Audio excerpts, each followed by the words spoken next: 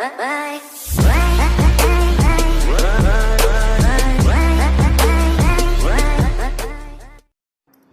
Morning बच्चों, मैं युवराज आपका स्वागत करता हूं आपके अपने यूट्यूब चैनल द सफलता में। तो बच्चों, आज हम सब स्टार्ट करने वाले हैं कुछ स्पेशल वर्ड्स जिसकी जानकारी होना हमें बहुत ही आवश्यक है, क्योंकि इन सब वर्ड्स के बिना हम चैप्टर्स को अच्छे से नहीं समझ पाएंगे। पहले मैंने सोचा कि आपको चैप्टर पढ़ा दूं, फिर मैंने सोचा कि अगर आपको यह वर्ड समझ में ही नहीं आएंगे तो आपको चैप्टर पूरी की पूरी बिल्कुल समझ में नहीं आने वाली है। तो इसीलिए मैंने कुछ स्पेशल वर्ड्स को चुना है जिसकी मदद से आप चैप्टर को अच्छे से समझ पाएंगे। तो आगे चलते हैं और देखते हैं कुछ टॉपिक से रिलेटेड कुछ इम्पॉर्टेंट क्वेश्चंस। तो बच्चों, हमारे पास पहला सवाल यह है, व्हाट इज़ पोएम, यानी कि कविता क्या है। तो poem is a collection of spoken और written words that expresses ideas और emotion in a powerful and imaginative style. मतलब कविता शब्दों या भाषाओं का वह समूह है जिसमें किसी कहानी या मन के भाव को कलात्मक एवं दमदार रूप से किसी भाषा के द्वारा प्रकट किया जाता है। तो बच्चों, कविता क्या है यानी कि पोएम क्या है, यह हमें समझ में आ गया। आगे चलते हैं। तो बच्चों, दूसरा सवाल यह आता है, व्हाट इज़ पोएट्री, यानी कि कविता संग्रह क्या है। तो a collection of all types of poem, यानी सभी प्रकार के कविताओं के संग्रह को पोएट्री या कविता संग्रह कहते हैं।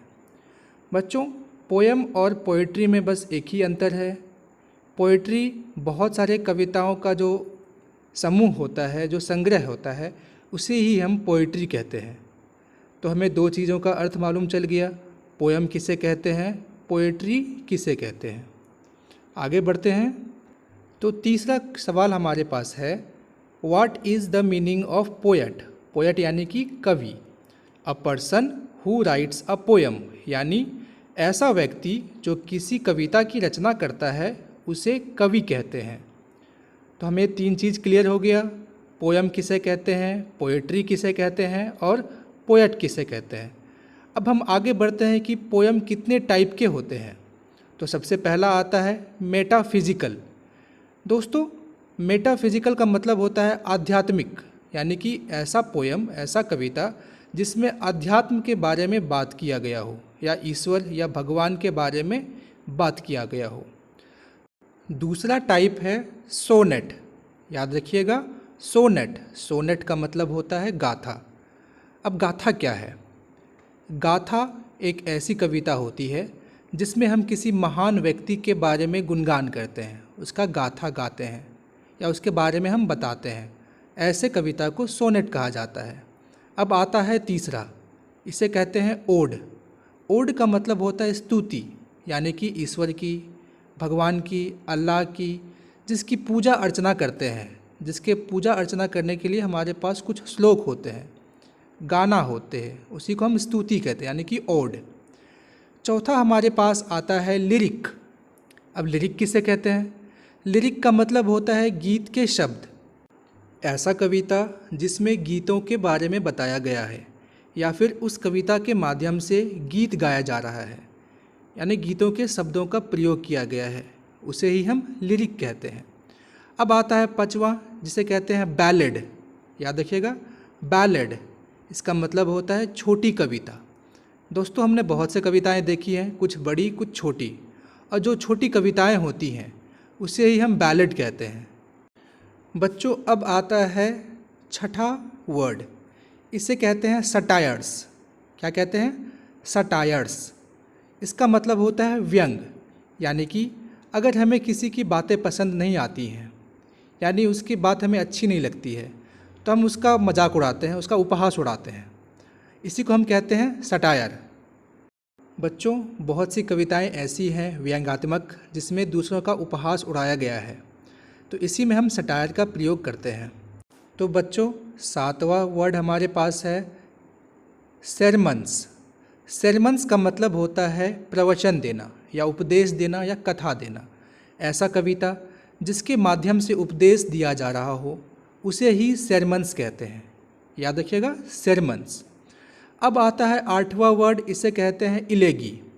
इलेगी का मतलब होता है शोक गीत, यानी बहुत सी ऐसी कविताएं हैं जिसके माध्यम से हम शोक प्रकट करते हैं, यानी कि किसी की मृत्यु हो गई हो तो उस पर जो शोक प्रकट किया जाता है कविता के माध्यम से, उसे ही इलेगी कहते हैं, यानी कि शोक गीत। नवा हमारे पास वर्ड आता है एपिक। एपिक का मतलब होता है महाकाव्य। तो बच्चों, एपिक पोएट्री यानी कि महाकाव्य कविता ऐसी कविताएं होती हैं जिनमें पुराने ज़माने के जो भी बड़े बड़े शूरवीर हैं उनकी गाथा सुनाना, उनके बारे में बताना, इसी को हम एपिक कहते हैं। तो बच्चों, 10वां वर्ड आता है सॉलिलोक्वे। सॉलिलोक्वे का मतलब है आत्मभाषण, यानी अपने बारे में बताना। तो दोस्तों, आप इसको ऐसे समझ सकते हैं जैसे कि कोई व्यक्ति अगर स्टेज पे आता है तो आने के बाद अपने बारे में दर्शकों को, श्रोताओं को बताता है, तो उसे कहते हैं सॉलिलोक्वे। यानी सॉलिलोक्वे एक ऐसी कविता है जिसके माध्यम से कवि अपने खुद का व्याख्यान करता है या फिर अपने बारे में दूसरों को बताता है, तो इसी को क्या कहते हैं, सॉलिलोक्वे। तो बच्चों, अब हम आते हैं बेहद ही इम्पॉर्टेंट टॉपिक के ऊपर। यह है पोएम एंड इट्स राइटर, यानी कि कविता एवं उनके लेखक। इस टॉपिक से हमारे एग्ज़ाम में बहुत से क्वेश्चन पूछे जाते हैं, कम से कम 2 से 3 नंबर के क्वेश्चन तो आते ही आते हैं। तो आपको यह याद कर लेना है क्योंकि यह बेहद ही ज़रूरी है। मैं एक एक करके सबके बारे में बता देता हूँ। तो पहला है sweetest love I do not गोए।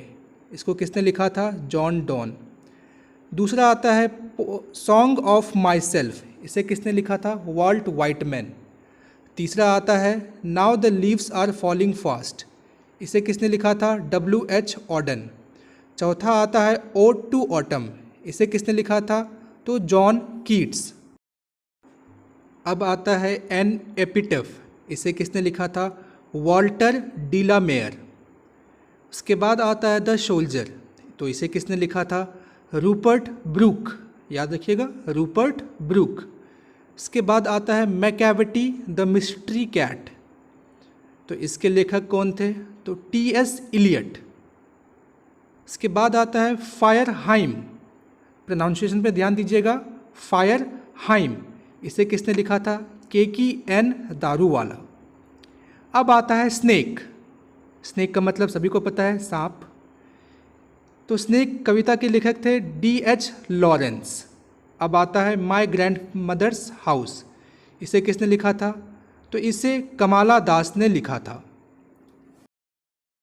तो बच्चों, मुझे लगता है कि आपको यह वर्ड्स के मतलब समझ में आ चुके होंगे, क्योंकि आने वाले जो भी चैप्टर्स हैं उनमें इन सब वर्ड्स का बहुत ही यूज़ होने वाला है, क्योंकि यह बेसिक वर्ड्स है। इसके बिना हम आगे आने वाले जितने भी चैप्टर्स हैं उन सभी चैप्टर्स में इन सब वर्ड का बहुत ही यूज़ किया गया है। तो मुझे लगता है कि आपको यह बेसिक जानकारी देना बहुत ही आवश्यक था ताकि आप अच्छे से समझ पाएँ। तो पहला चैप्टर जो हम शुरू करने वाले हैं उसका नाम है sweetest love I do not go, जिसे जॉन डॉन ने लिखा था। तो बच्चों, मुझे लगता है कि आपको आने वाला जो चैप्टर है उसमें कोई भी परेशानी नहीं होगी, क्योंकि हमने सारे बेसिक वर्ड्स समझ लिए आज। तो आज का होमवर्क रहा आपका, जितने भी वर्ड्स मैंने लिखवाए हैं सबको एक अलग सी कॉपी में आप लिख लोगे, ताकि आपको वर्ड्स समझ में आए, उसको समझने में कोई कठिनाई ना हो। तो बच्चों, मैं आशा करता हूँ कि आपको सब समझ में आया होगा। तो मिलते हैं अगले वीडियो में, तब तक के लिए हंसते रहिए, मुस्कुराते रहिए और देखते रहिए